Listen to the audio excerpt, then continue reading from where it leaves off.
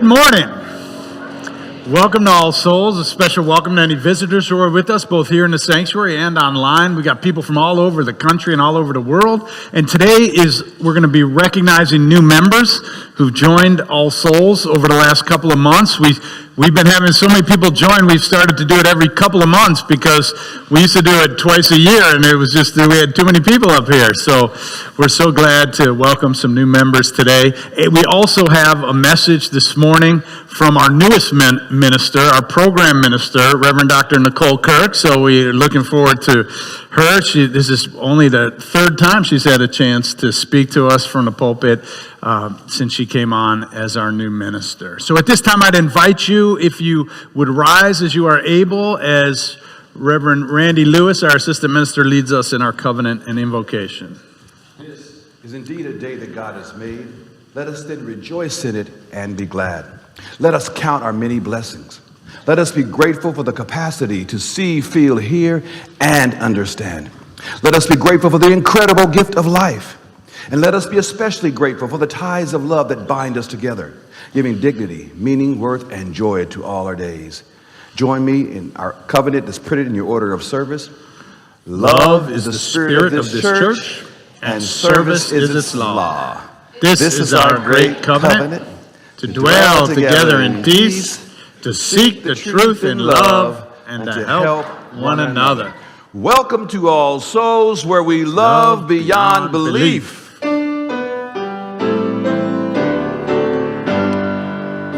From all that dwell below the skies, let faith and hope with love arise. Let beauty, truth, and good be sung through every land by every tongue. Amen.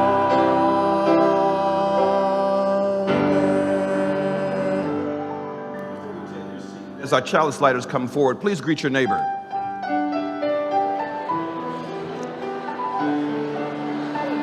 Good morning.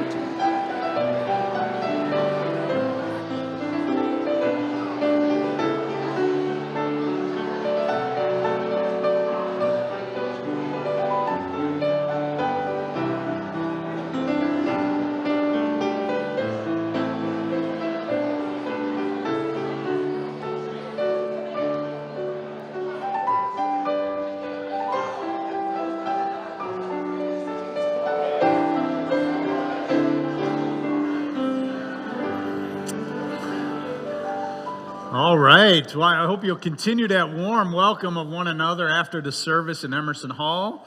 Right now, I'd like to introduce our chalice lighters, two leaders in our accessibility team here at All Souls. We have Brooke Anderson and Jasmine Carlbach. Well, may the light of our chalice remind us that our differences enrich us. In our myriad voices and varied stories, we find a deeper understanding of the human spirit. Let the warmth of this flame dissolve the fear of limitation that often binds our hearts. You got it. May we embrace the truth that there is enough love, enough hope, enough kindness for everyone.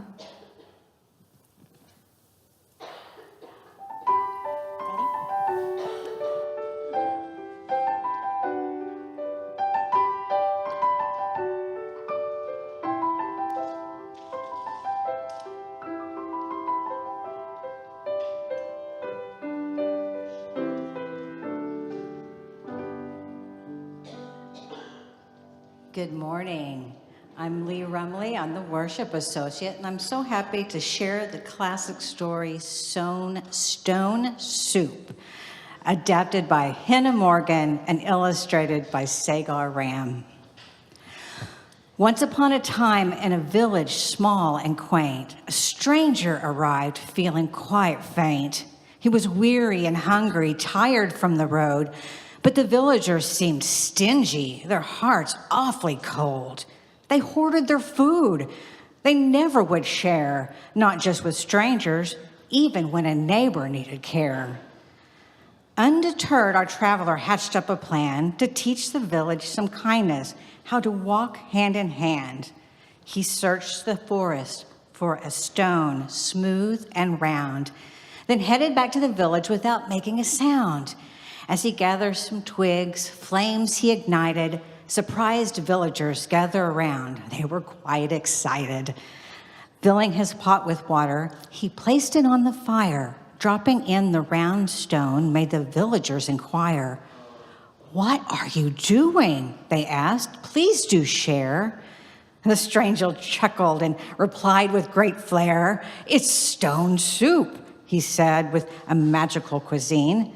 He smiled at the onlookers, his voice quite serene. "For this stone, you see, is actually quite unique. It turns water to soup if we just let it steep." "Stone soup," they pondered, their eyebrows raised. "How can a stone be tasty? Are you truly crazed?" But the fellow just chuckled and said with a wink, "Just watch and see. It's not what you think." The villagers whispered, exchanging unsure glances. Could it be that a stone will lead to culinary advances? Now, it may need some flavor, for that's what it lacks. Does anyone have some salt to spare? Just a few cracks. A touch of pepper would be grand, or a pinch of spice. Anything you can add to make the soup super nice. "I'm okay to give some salt," said a lady named Sue. "I have some pepper," chimed Mr. Lou. Tasting the broth, the traveler said with a grin, "It needs something more. Have you a vegetable to add in?" "He's a trickster, it's a ploy," someone did shout. Others were just too curious, even if they had some doubt. But the stranger insisted, "It's a magical brew.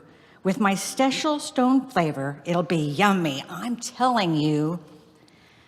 With a few more ingredients, it'll be quite grand, a taste and a smell that will sweep across the land." A young girl skipped forward, holding a potato. "This will make it hearty and magnificato." The blacksmith reached over, adding peas with glee, while a child plucked some fresh berries from a nearby tree. Big Boy the farmer stepped up with onions and greens, and soon each villager had brought something to add to the scene. As they added the veggies, the traveler's face broke into a grin. The soup's aroma was just heavenly. He stirred it with a spin. "I've got an idea," he said with a wink. "This soup needs some meat to give it more zing." The villagers hurried, rushing home in great haste, returning with meat, for they all wanted to taste. Finally, it was time to taste the delight. With anticipation, they all sat around, ready for a bite. The first sip was so heavenly, the burst of flavors a surprise, its note so richly seasoned, it brought tears to their eyes. Bowls brimming of soup, their hunger abated. "We did it together," said the villagers, amazed at what they had created. They shared that stone soup, a hearty delight, laughing and talking throughout the night. The traveler thanked the village for each doing their part, for the generosity and kindness, for giving with heart. They vowed to be kind, to lend a helping hand, to recreate a village where generosity took a stand. Through sharing and giving, their spirits had grown into a sense of community they had never known. Unity and gratitude filled the village air. The stone soup made a bond that nothing could tear. So let each person share their ingredients so unique and diverse. Together, we can create a world in which loving kindness immerse. Because the magic of sharing starts with you.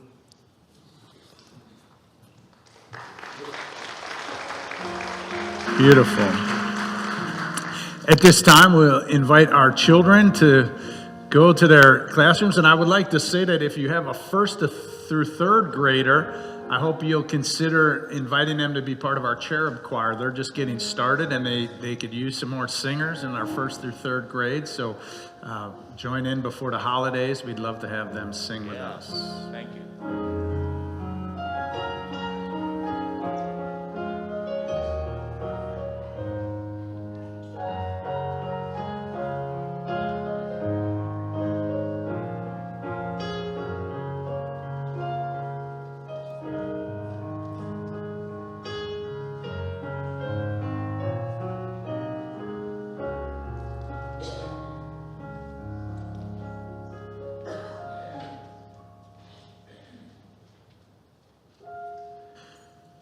At this time, I'd like to invite those who are new members who have come to be recognized in this service to come forward, and also members of our welcoming team. Cynthia, come on forward, and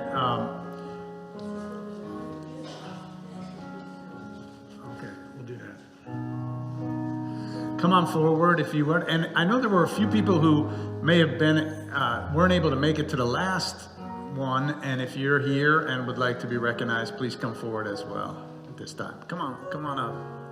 Come on up. Welcome. Good to see you, Eric. Just kind of make a semicircle up here. Hey, good to see you. Welcome. There you go. There we go. That's it. Beautiful. All right. Lottie, come on.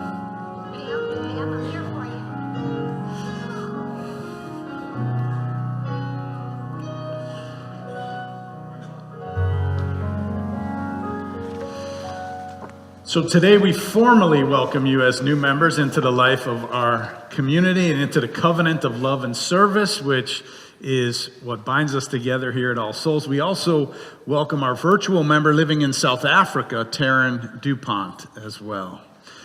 So will you, new members of All Souls, honor our covenant to dwell together in peace, to seek the truth in love, and to help one another? If so, please say, I will.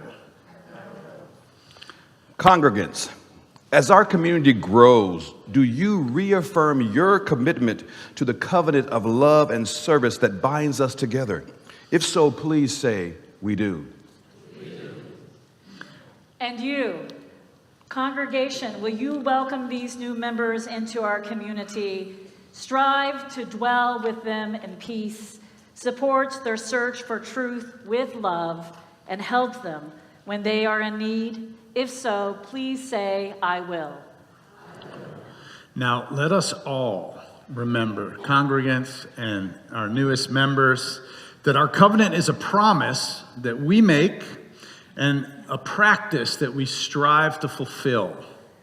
So when we falter or fail, which is always possible in living our covenant, will you take responsibility and seek forgiveness and begin again in love? If so, please say, I will. I will. Wonderful, wonderful. So to our new members, please state your name. Lottie Minnick, welcome into the fellowship of All Souls. Yes, may your eyes see beauty, may your lips speak truth, may your heart know love, and may your hands do the good works of this world all the days of your life. Please state your name. Brianna Harris. Brianna Harris, welcome to the fellowship of All Souls. May your eyes see beauty, may your lips speak truth, may your heart know love, and may your hands do the good work of this world all the days of your life. Please state your name. Pam Bartlett. Pam Bartlett, welcome to the fellowship of All Souls. May your eyes see beauty, may your lips speak truth, may your heart know love, and may your hands do the good works of this world all the days of your life. Please state your name. Rebecca Thrasher. Rebecca Thrasher, welcome to the fellowship of All Souls. May your eyes see beauty, may your lips speak truth, may your heart know love, and may your hands do the good work of this world all the days of your life. Please state your name. Don James McLaughlin. Don James McLaughlin, welcome to the fellowship of All Souls. May your eyes see beauty, may your lips speak truth, may your heart know love, and may your hands do the good works of this world all the days of your life. Please state your name. Sarah Delgado. Sarah Delgado, welcome to the fellowship of All Souls. May your eyes see beauty, may your lips speak truth, and may your heart know love, and may your hands do the good work of this world all the days of your life. Please state your name. Eric Mincer.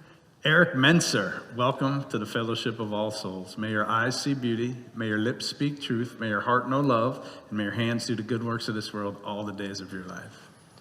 Please state your name. Carrie Elias. Carrie Elias, welcome to the fellowship of All Souls. May your eyes see beauty, may your lips speak truth, may your heart know love, and may your hands do the good work of this world all the days of your life. Please state your name. Amber Freeze. Amber Freeze, Welcome to the fellowship of all souls. May your eyes see beauty, may your lips speak truth, may your heart know love, and may your hands do the good works of this world all the days of your life. Welcome. May you dare to dream dreams.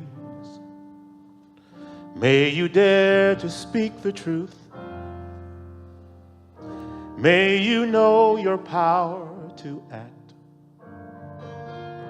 May love be your guide.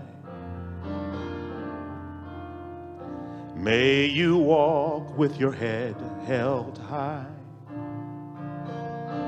May your heart praise earth and sky. May you see life's gift to you. May love be your guide, your guide. Amen. May love be your guide. In the congregation, come on.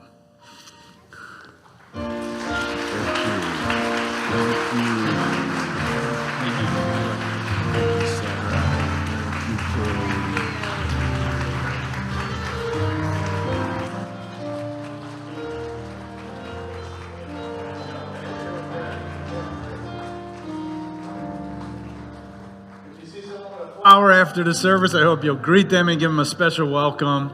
At this time, I would like to invite somebody very special who wasn't very long ago, and you were a new member standing up here, being recognized. Hudson Harder, great to see you. Hey, as you know, this is we're in the stewardship time in the fall when we're raising pledges to support our budget for 2025. So we're looking for everybody. You can see, I think we have about 87 households so far. We have over 1,000 households, so we got a long way to go. So Hudson, you got a big job today. We just need you to get about 900 more households to give to the church. All right. Well, good morning, church. How are we this morning? My name is Hudson Harder. That's correct, harder, like work harder or pray harder. And I do need to pray harder because my Sooners are 4-4 right now. Stop the count. What's going on here? A little about me. I've been with this church since January, and I am an educator. Oh, thank you. I am an educator at Webster High School. I teach history and economics. Thank you.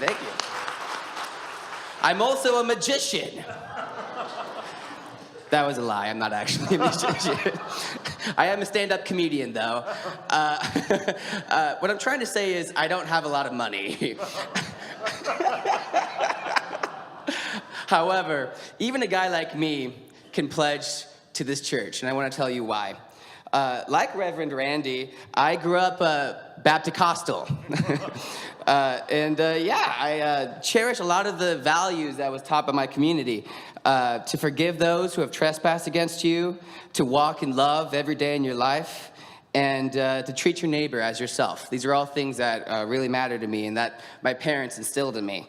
To this day, my parents fervently fostered intellectual and spiritual stimulation in our lives, and I can't appreciate them too much for that. Like, it really was a blessing. To this day, I'm also a really big fan of books. I love books. My parents really pushed that. I have no problem hoarding books today, like I'm the Dragon Schmaug. Like, I love books. Reading comes with many pleasures, but it also comes with some risks. I'll never forget the day that my grandfather gave me this dark look when he saw that I was reading a book about evolution. Which, by the way, we're in Oklahoma, so I think I figured out what my Halloween costume is going to be this year. I know it's really scary for some people. Diving into the stories and myths of other religions, I began to have a hard time accepting that my Muslim, Jewish, and atheist peers were on a path towards hell.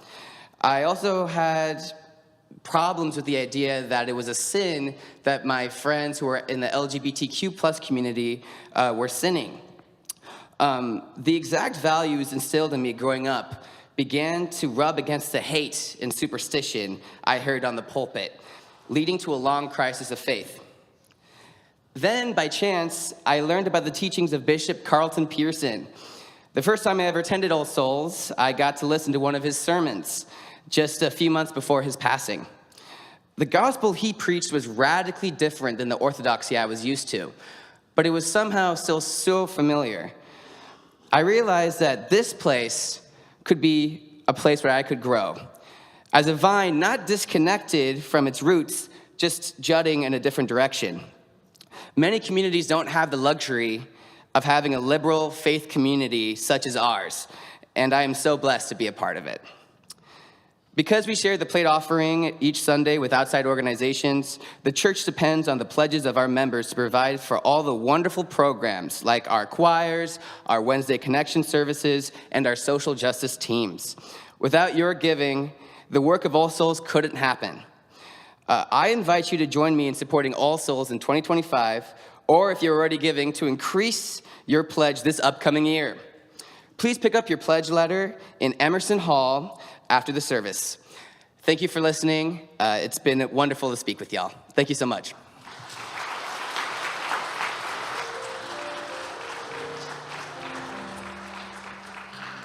So thank you. We are, I think that at least 800 you're going to get today.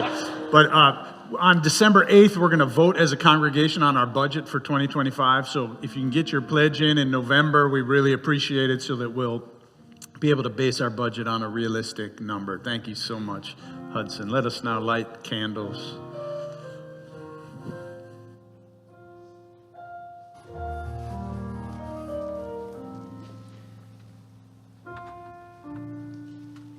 Yes. In moments of joy and in times of sorrow, we are reminded of the interconnectedness of all of life. And we are thankful that we have this community to share our lives, transitions, both joyful and sorrowful. Today, we light a candle and extend our heartfelt sympathies to our programs and volunteers coordinator, Quana Scoggins, whose Aunt Gail passed away Thursday.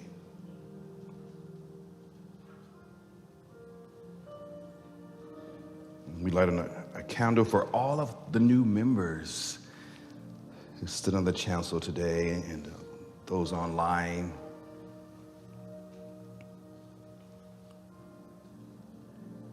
We light a candle for peace in the Middle East and an end to violence across the world.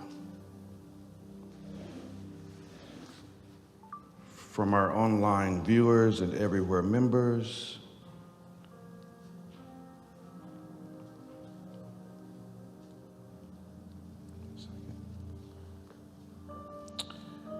light a prayer for all the women of Gaza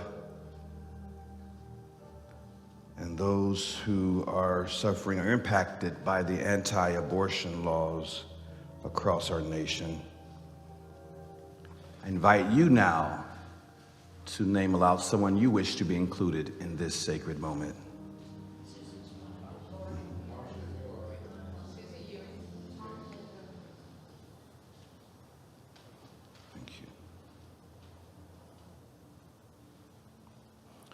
We light a final candle for all the names spoken, those unspoken, but yet remain in our hearts. And if you've lost a loved one over the past year, or if this Sunday is the closest to the death of a loved one, I invite you now to stand for a brief moment of silence before the prayer.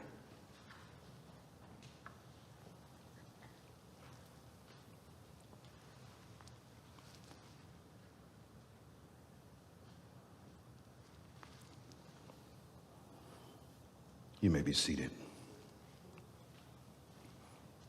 Spirit of life, God of our hope,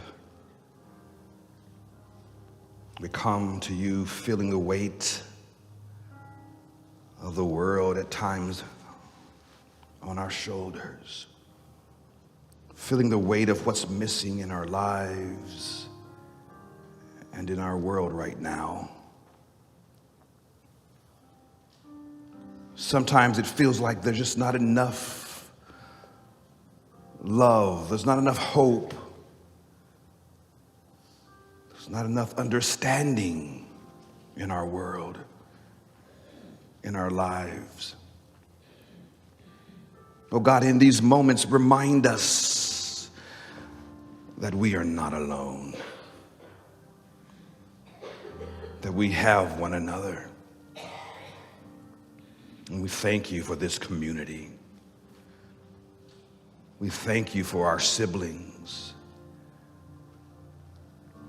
who walk with us on this journey. Each of us brings something unique to the table, and we're grateful for the different backgrounds, the stories and perspectives that enrich our lives.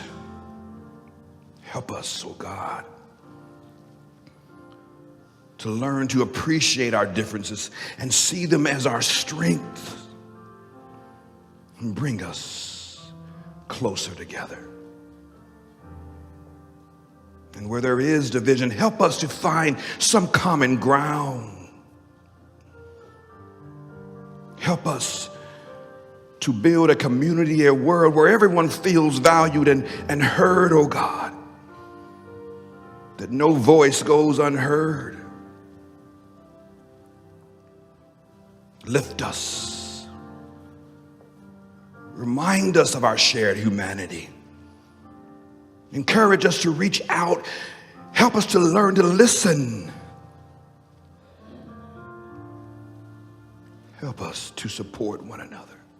Even when times are tough, be with us this day and all days, God, and we give you the praise. Amen, and blessed be. Yes. When I breathe in, I breathe in peace. When I breathe out, I breathe out love. Sing it with me now. When I breathe in, I breathe in peace. When I breathe out, I breathe out love. When I breathe in, when I breathe in, I breathe in peace. When I breathe out, I breathe out love. When I breathe in, when I breathe in,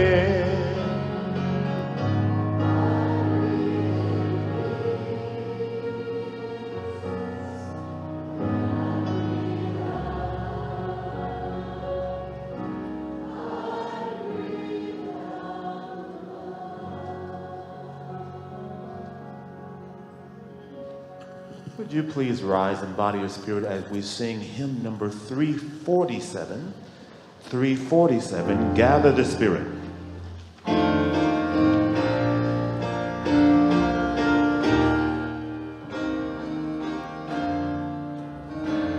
Let's sing together. Gather the Spirit, harvest the power. Our separate lives will kindle one flame. Witness the mystery of this hour. Our trials in this light appear all the same. Gather in peace, gather in thanks, gather in sympathy now and then. Gather in hope, compassion and strength. gather to celebrate once again. Gather the spirit of heart and mind. Seeds for the sowing are laid in store, nurtured in love and conscience refined, with body and spirit united once more. Gather in peace, gather in thanks, gather in sympathy now and then. Gather in hope, compassion and strength. Gather to celebrate once again.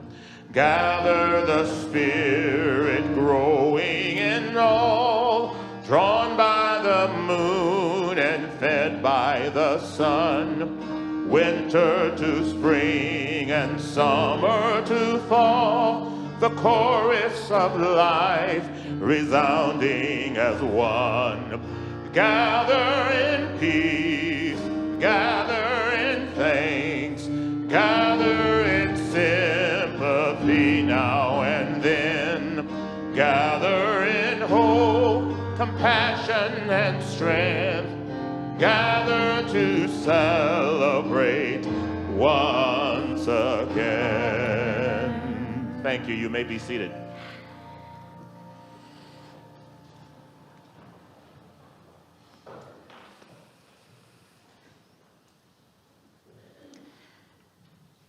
The longtime and retired minister of King's Chapel in Boston, Carl Scoville, once told a story on his church's radio program about his daughter, Faith, when she was about 5 years old.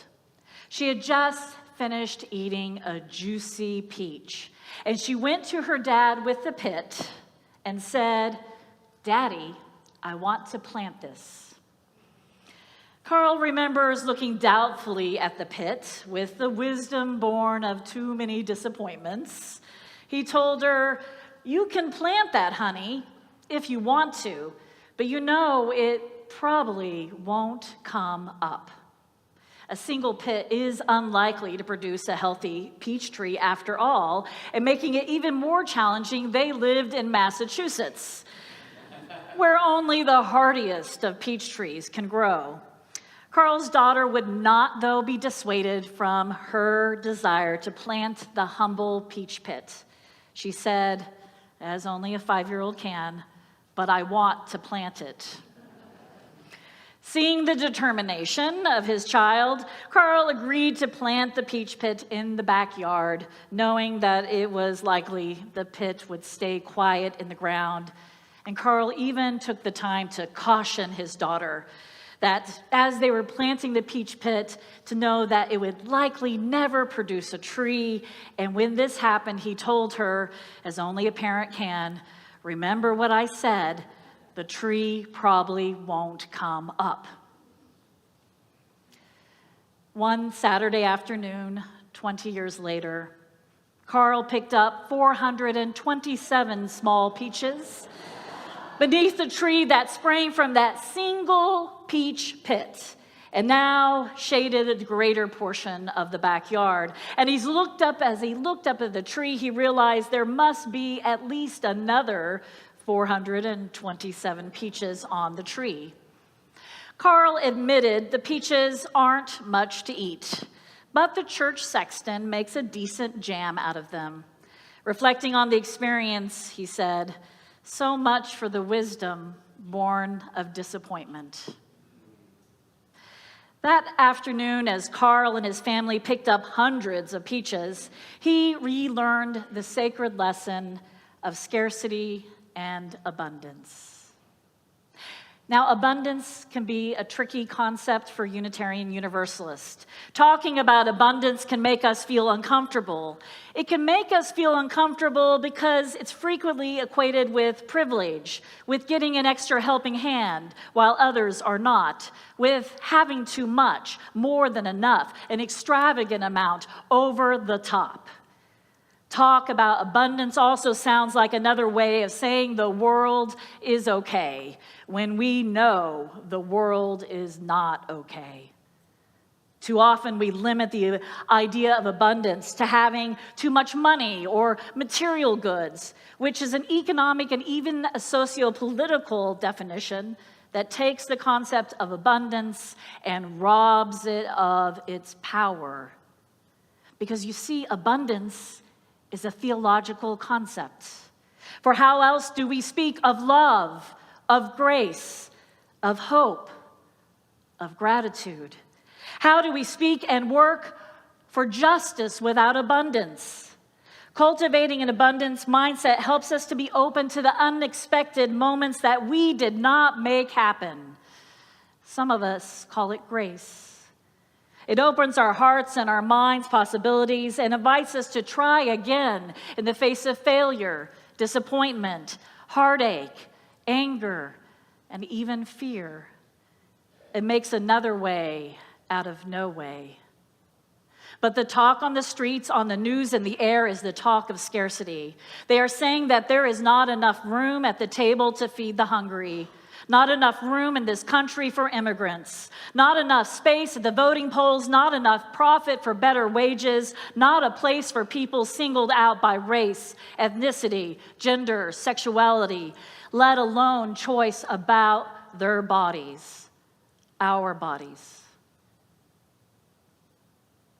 A scarcity mindset is about protecting one group of people and a way of living at the cost of other people.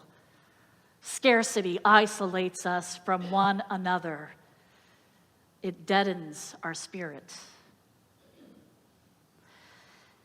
Now, you might be thinking when you're hearing the words abundance and scarcity, you've heard them paired together. Perhaps you have on a bookshelf or you put a copy in the garage sale of the 1989 bestseller by Stephen Covey, the businessman and educator who popularized the concept of the scarcity mindset and abundance mindset. In his book, The 7 Habits of Highly Effective People. It was a worldwide bestseller in the late 20th century.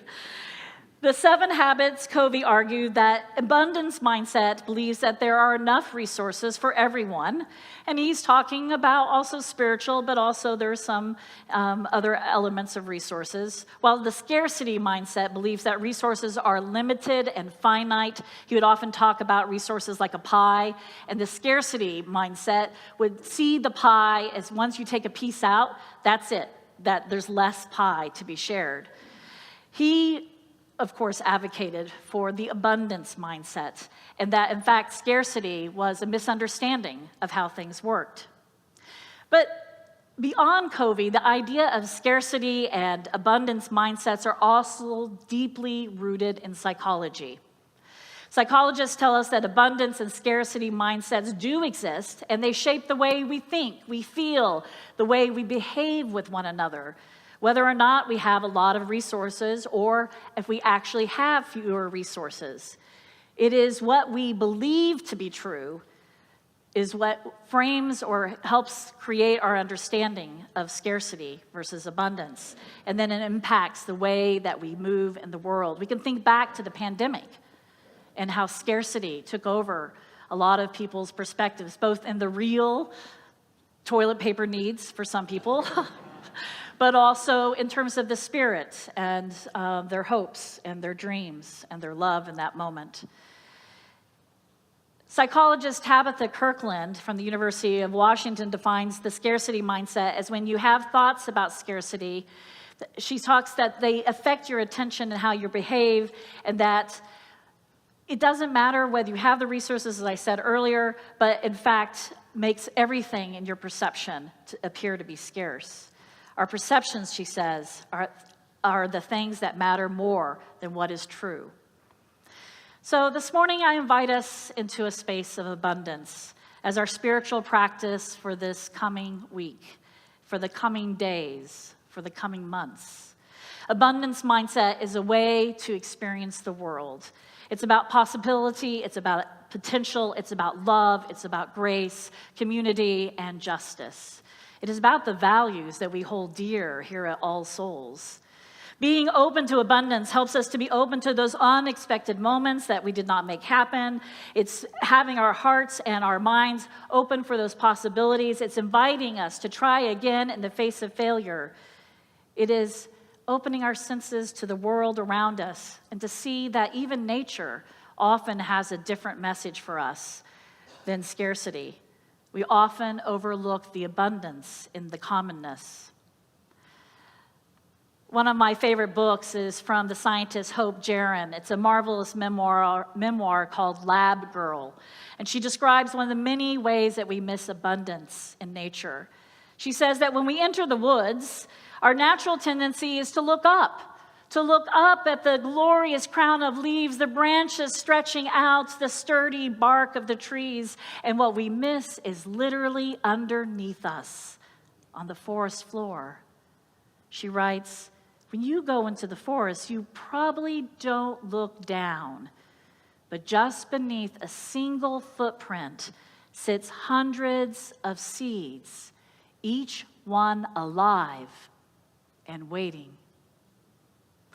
Or simply take a handful of seeds from the milkweed plant, for instance, and see these tiny little blackish brown slivers and how they produce large bushy plants that give food and shelter to butterflies. Nature reminds us in an extravagant way of the abundance in every turn, even in the harshest conditions. I've often thought that autumn, and especially around the ancient Celtic harvest festival, Samhain, is a good time for reflecting on abundance and where scarcity has crept into our life. As the leaves slowly drop from the trees, as the grass turns golden brown, and the nights turn crisp, and all the runners and joggers in Tulsa all of a sudden appear because it's cool enough to run, as the last flowers bloom and the animals prepare for winter, our spiritual practice for this season is to embrace one of abundance. And one of the easiest ways to access abundance in our lives is through gratitude. Now, gratitude is about awareness. Sometimes I think we get mixed up. It feels like we need to write a thank you note. To whom? To what? How are we supposed to do this? When gratitude is really about lifting up, stirring up, bringing forth an awareness of what is around us in our lives, even amidst the losses, even when there is brokenness, even when there is brokenheartedness, to still find the love, to still see the beauty. Gratitude can change the way you view your life. It can change your attitude, your vision, your goals, and your way of living. Over the years, I've heard of several friends who keep gratitude journals. Some take a photo each day in gratitude. And it sounds easy, but I tried it a few years back for the first time because it was one of those things, well, I'm a minister, I already do this, right? I tried it, and it's actually really challenging. Every day, to not let a day go by where you think deeply about what you're grateful for, to notice the abundance in your life, to find it, to name it, to love it, to bring it closer into your heart, to train your senses, and I would say your heart, to see what in your life yields newness and hope. And where can you plant it for others to receive and to enjoy? In human communities and religious communities, abundance develops when we work together, when we nourish our spirits, where we grow our hearts and minds and develop our deeper connections with others. It's giving back to the community even while we receive. It's knowing that what we get isn't always what we expect, but it's often just what we need.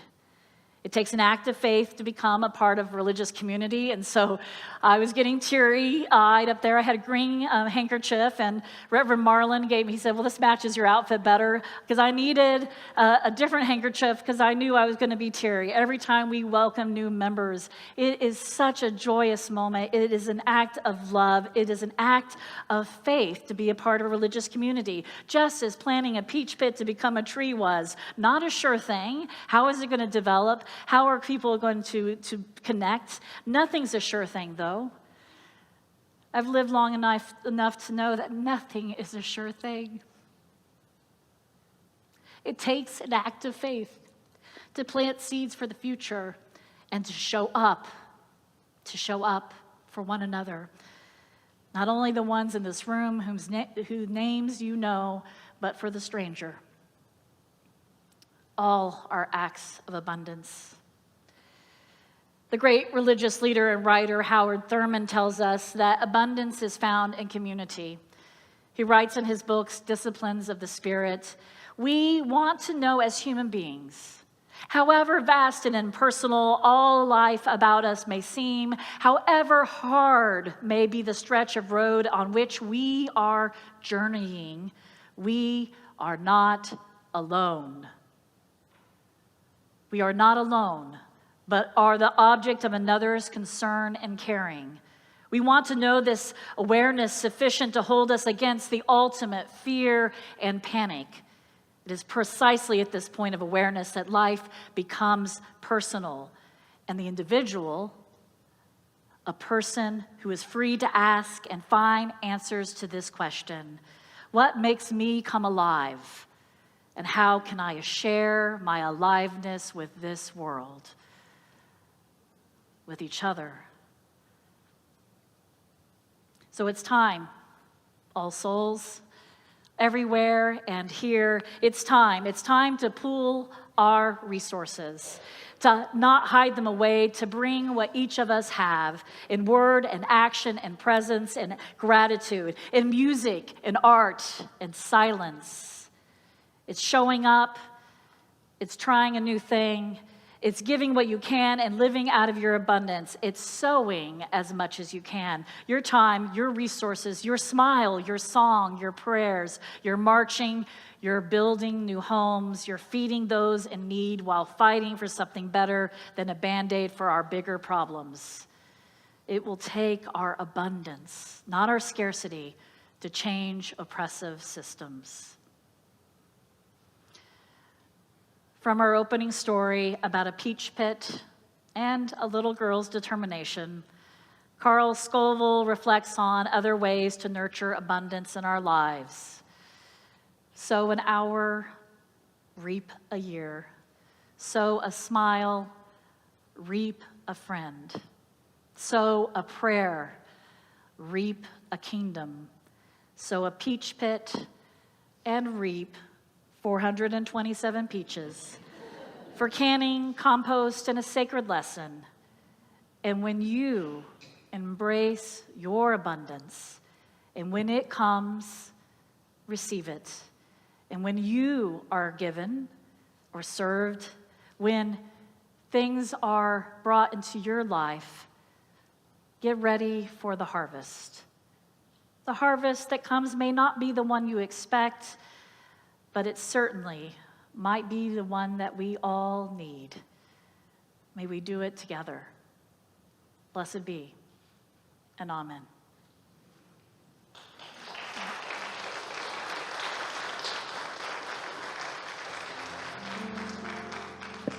Hymn number 131, Love Will Guide Us. Please rise as you're able.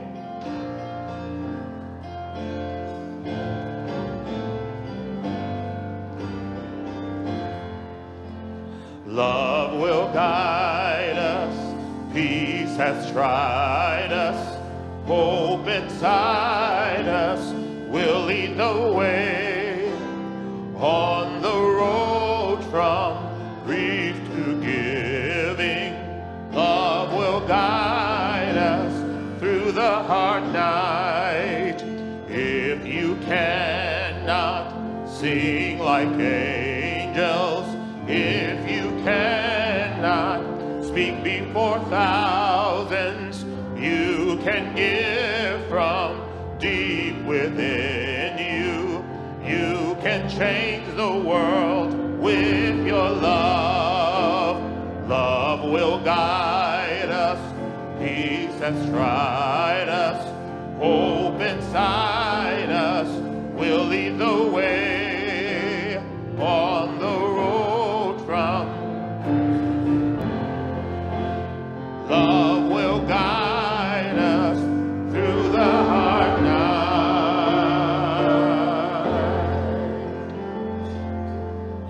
Beautiful. Please be seated, and thank you, Nicole, Dr. Kirk, for that beautiful message. Very nice. I was reminded when I was in seminary, one of my preaching teachers said, listen, you're going to have this tendency to find a good story, a heartwarming story, or a funny story, and you're going to say, I better save that for next week, or for next month, or for Easter, or for whatever, because I need to have enough, and I'm afraid I'm going to run out of stories or good things to say. And they said, don't do it. Put it all out there every Sunday and trust that more stories will come, more things will be there to be said. And so that's the way I've lived my ministry for these 25 years, is just putting it out there every Sunday. And sure enough, just trusting that more stories will come and more things to say. So I do think this abundance mindset is so important. I think it's like blood. We have to keep, whether it's our creativity, our love, our money, whatever that is, we got to keep it in circulation. Otherwise, it gets stopped up, and then there's a kind of a death that happens. So I hope that you, especially in the midst of everything that's going on right now in our world, we got a big election coming up in about 10 days, all of that stuff, that you just kind of keep things moving in your life, and don't pull in too tight, don't start hoarding, but allow your love to flow, your generosity to flow in your life. Because here's the thing, I know that with the election coming up, you got people on both sides of the aisle saying that the world's going to come to an end, or our country's going to come to an end if the opponents win. The thing is that the day after the election, we will be right here. All Souls will be here. We'll keep doing what we do. We'll keep pushing the values that we have forward. And that's what matters to me. Even if this building were to come down, we will meet somewhere, and we will continue to do what we do. And that gives me great hope, and that gives me a sense of abundance in the midst of whatever is going on. A couple quick announcements. You'll see most of them are here in your order of service, so there's so much going on. I was looking just today, all these things that are happening in Emerson Hall and Sunday Salons and Let's Chat, and new members, a chance to join at 11:15. If you want to become a new member and join us at the next new member recognition, but you can join today at 11:15 upstairs in room 203. And there's just a lot. So look in here. We've got our Halloween party today that's going to be going on the front lawn, or on the back playground, the west playground. So a lot of things happening. I should probably look at my notes, and let's see. We are also going to be giving away our offering, as we do every week. Today's offering goes to a really interesting organization called the Tulsa Higher Education Consortium. And they are a group of 9 higher education institutions here in the area that work together to provide tuition and rent assistance for students who face obstacles of housing instability. I mean, imagine you're trying to work on a degree, move your life forward, and you're having trouble with housing. So that's a great cause, and I hope you'll give generously to that. It always helps us. I mean, all the cash, of course, goes into the offering, but if you're going to make a check, if you'll just mention whether it's for the offering, or you can put church if it's going to your pledge, because some people put their pledge payments in there, and we appreciate that very, very much. Also, I understand that today, that didn't get in here, our life decisions group is offering, after each of the services, a chance to talk about things like living wills and trusts and things like that you might be trying to work out some of your plans for memorial and other things. If you're thinking about end of life plans, it's a great gift to your family to do that as well. All right, well, please look at other announcements. We're going to take up the offering for the Tulsa Higher Education Consortium, and I invite you at this time to please give generously.